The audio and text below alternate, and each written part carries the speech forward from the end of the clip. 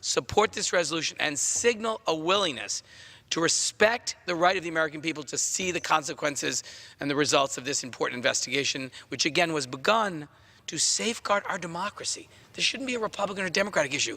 I hope my colleagues on the other side of the aisle will join us in our effort to preserve our democracy. And with that, I yield back and thank again the gentleman.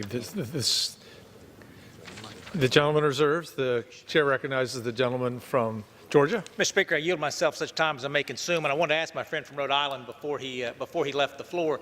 The bill that you introduced, was that also a House resolution, or was that an HR to insist on the revealing? I yield to my friend. The legislation I introduced is an HR, but if the point of your question is that a more effective way to do it, I would welcome support on my resolution. I haven't been as successful getting my Republican colleagues to join us.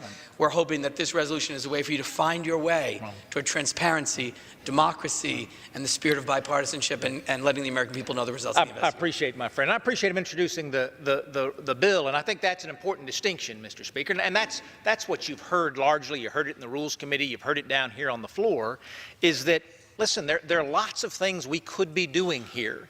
And if we wanted to pass a law that insisted that the entire report was released, those parts that are prohibited from being released under current law and those parts that are intended to be released under current law, we could do that.